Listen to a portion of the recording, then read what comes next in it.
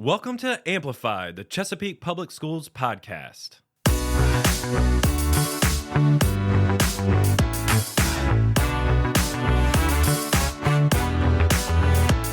Chesapeake Public Schools is located in the Hampton Roads region of southeastern Virginia.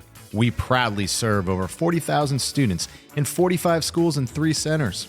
Join us as we share the stories behind our story by celebrating the people and programs that make us one of the premier school districts in Virginia. Hey listeners, this is Matt Graham here with Chris Vale. And there is a lot to be thankful for and celebrate, especially during this time of the year. And that is what this episode is all about.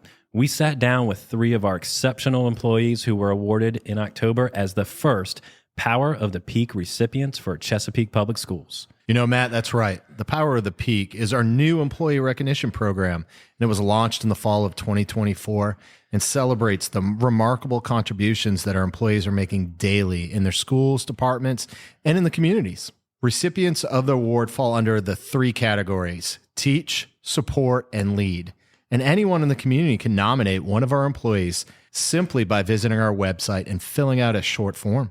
Yeah, so part of the premise of this podcast is to tell the stories behind our story, and that's certainly the case for this episode. We spoke with our October recipients, Van Gholston, the support category winner, Laura Labyak, the teach category winner, and Melissa Oliver, the lead category winner. Hey, and it was a good time, Matt. Yeah. We hope you enjoy the conversations as much as we did. And there's no doubt that you are going to find out just why they were chosen as the Power of the Peake. Our first guest and Power of the Peake recipient is Van the Man Gholston, a custodian at Western Branch Primary.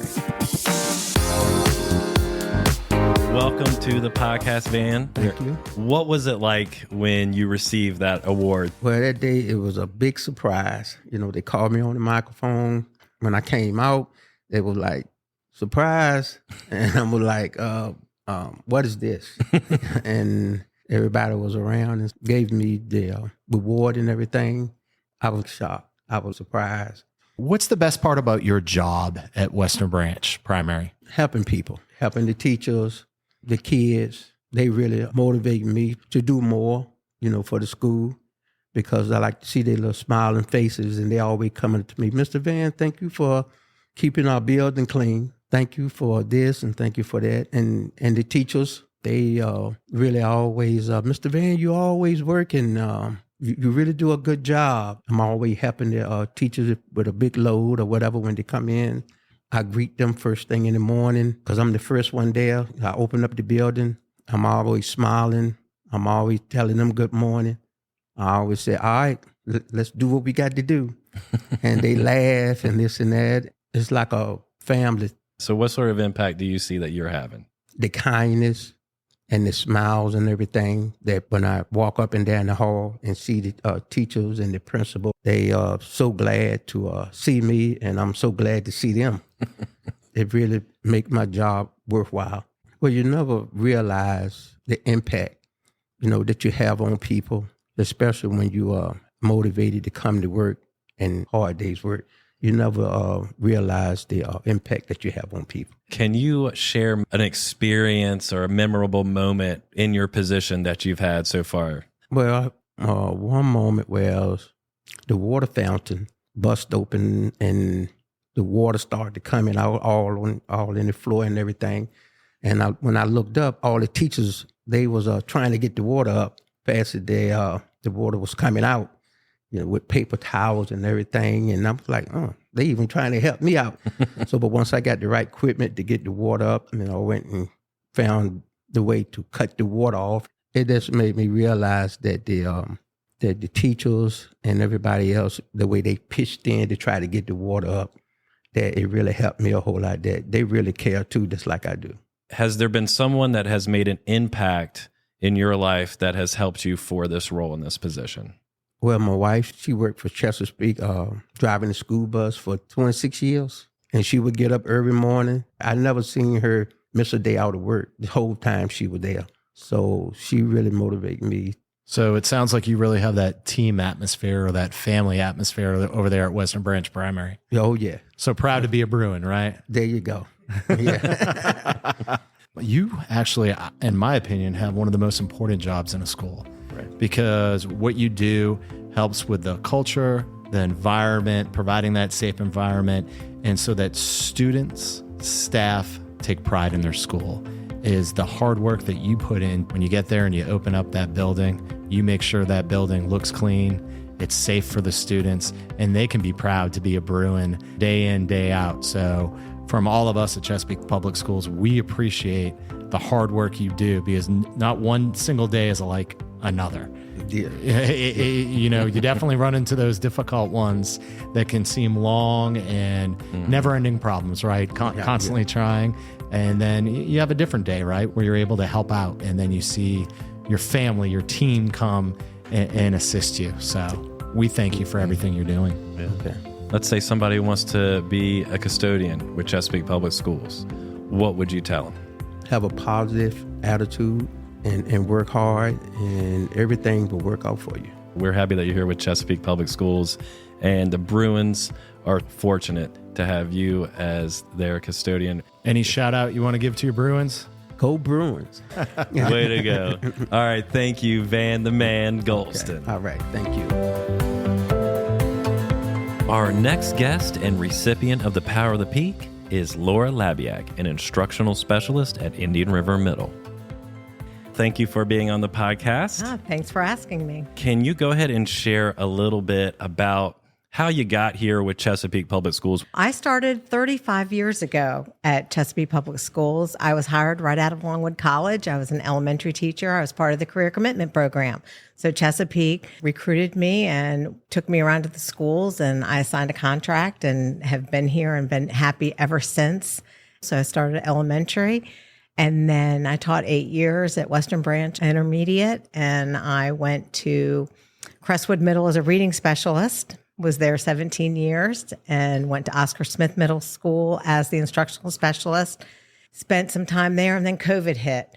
And I just had this need to go back in the classroom because we didn't know what we were doing. So I went to Indian River Middle as a history teacher and taught history online for a year. That was an experience, and then became the instructional specialist. And that's what I'm currently doing now. Well, 35 years. So obviously you're enjoying what you're doing, Laura. I am. Who do you think, or there could be multiple people, have impacted your career to get you where you are today? Oh, I've worked for the best. First, Carolyn Bedard. I've worked for her. Paul Joseph at Oscar Smith High School now, but he was at Crestwood. Jackie Tate was a principal at Crestwood Middle School. And now Brenna Stanley. I mean, I just have had wonderful leaders, and I just want to go with them and help them. And that's what's kept me going. Has any one of them had a big impact on you and your career? I think it was Carolyn Bernard, the first, because when she interviewed me as the reading specialist at Crestwood Middle, and I wasn't quite sure I wanted to leave elementary world.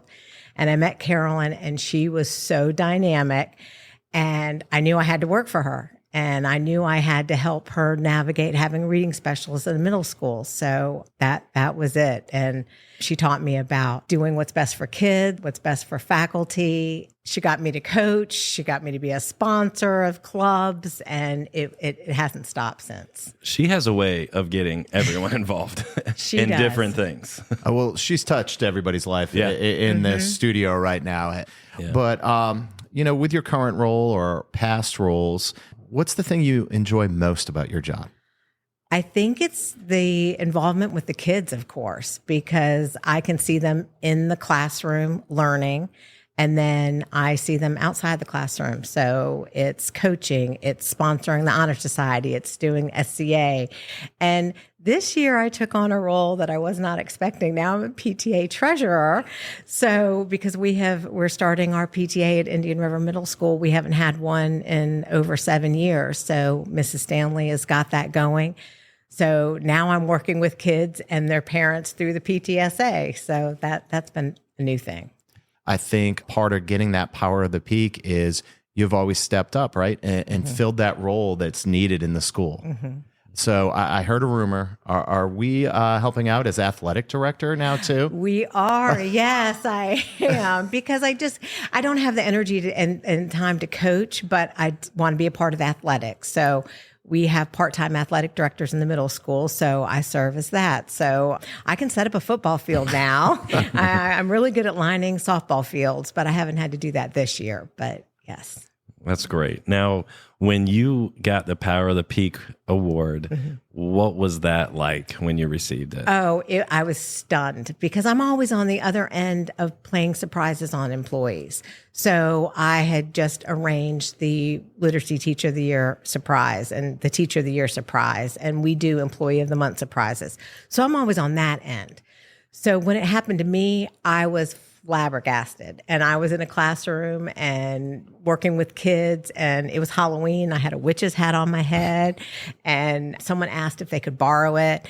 And so, okay, I'm working, and then in walks Dr. Cotton, and I just could have died because I thought it was for the teacher. And then when they said, no, we're here for you, couldn't believe it. It was really sweet. What motivates you to work every day with Chesapeake Public Schools? Just the success of the students and now the teachers, because there's so much going on with the Virginia Literacy Act and always SOLs and the pressure to succeed. And since COVID, the changing student, because it's not the traditional sit at the desk and open a textbook and learn. I mean, we have a whole new student. So it's helping navigate how do we educate the students the best, and how do we help the parents at home and, who are concerned about their kids. So it's really just whatever I can do to help students and families succeed. That's what it's about. Laura, you've had such a successful career. I think if you're talking to future employees or current employees, what's been a challenge you faced, and how have you overcome it to be so successful? I think the challenge is just making sure that you get a fresh start every day. I mean, that's what I love. It's that it changes, and then you get a fresh start every September, and that's the best. And it's going to end in June, and you can wipe that away, and then fresh start. That's what I like, and trying new things and trying new strategies. And if it doesn't work, put it away, try it again. Some people have jobs where it's just so routine and every day you're doing the same thing. Well, you're not doing the same thing every hour when you're teaching or working in a school or helping teachers. It's just so different. So I think that's what's been the best part about the job and the most challenging. Right. You sound like a risk taker to me. I try to take risks. I'm not jumping out of airplanes, but when I always tell people you can tell my personality because of working in middle school. I love middle school. So I do corny jokes in the morning. So I'll stand for hall duty and I have a little whiteboard that has a corny joke. Well, middle schoolers love corny jokes. So that's one of the things I do, just to engage them as well, because they're kind of sleeping when they walk in. Well, and all of us here, we all taught middle school. So you got to have a little bit of a screw loose, Yes, to enjoy that middle school Yes. child. There's a lot going on there. Yes. Well, Dr. Labyak, thank you for coming in today and sharing a little bit about you with our listeners. And I hope that you continue to be in the school system for 35 more years. We'll try. And our final guest and another recipient of the Power of the Peak Award is Melissa Oliver, the Director of Assessment and Accountability. Thank you for joining us today. I'm glad to be here. Can you take a moment to let our listeners know a little bit about your path here with Chesapeake Public Schools? I can. It started a very long time ago, back when I was in elementary school, and we didn't have Elmer's squirt glue. We had these big jugs of paste, and so the teacher would come around from table to table and overturn a lid and plop some paste on there and give us popsicle sticks to spread the paste onto the paper.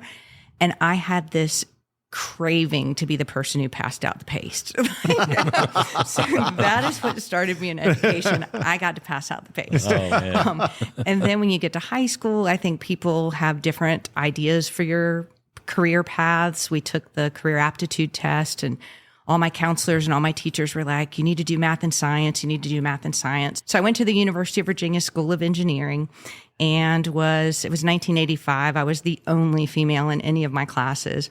I had a professor tell me, that was a great presentation on magnetic resonance imaging, Melissa. Maybe you should be a school teacher.